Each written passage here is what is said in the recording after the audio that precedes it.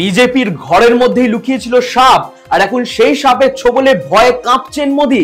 কেন করছে এই প্রশ্ন? শুনুন। একটি বেসরকারি থিঙ্ক ট্যাঙ্ক রয়েছে, যার নাম নিচ্ছি না, এবং এই থিঙ্ক ট্যাঙ্কের মূল পৃষ্ঠপোষক দেশের একজন শীর্ষ শিল্পপতি।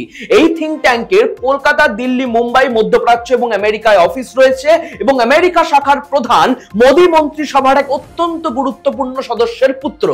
2019 সালে বাবা মন্ত্রী হওয়ার পর ছেলে এই সংগঠনে যোগ দেন, এবং জানা যায় যে এই বেসরকারি সংস্থা ভারতের বিদেশ নীতির বহু ক্ষেত্রে হস্তক্ষেপ করে।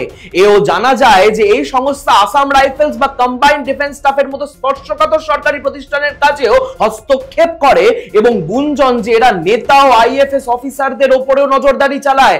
এখন অভিযোগ যে এই বেসরকারি থিঙ্ক ট্যাঙ্ক আমেরিকার কাছে ভারতের অনেক সংবেদনশীল তথ্য ফাঁস করে দিয়ে ভারতের বিদেশ নীতিকে তলানিতে ঠেকিয়েছে।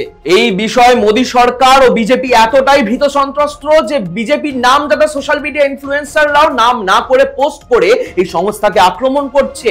এর আগেও অভিযোগ উঠেছিল যে এই সংস্থা চীনের থেকে টাকা নিয়েছে, কিন্তু তার কোনো তদন্ত হয়নি। প্রশ্ন এও উঠছে, এটি কি তাহলে মোদী সরকারের দুই গুরুত্বপূর্ণ সদস্যের দ্বন্দ্বের ফল?